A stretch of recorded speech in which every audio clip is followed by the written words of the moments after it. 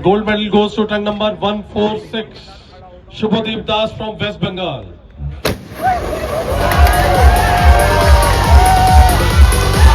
স্টেজের এই ফিলিংসটা, এই এক্সপিরিয়েন্সগুলো আমাকে অনেকেই জিজ্ঞাসা করে, যেটা হয়তো মুখে বলে আমি কোনোদিন তোমাদেরকে বোঝাতে পারবো না।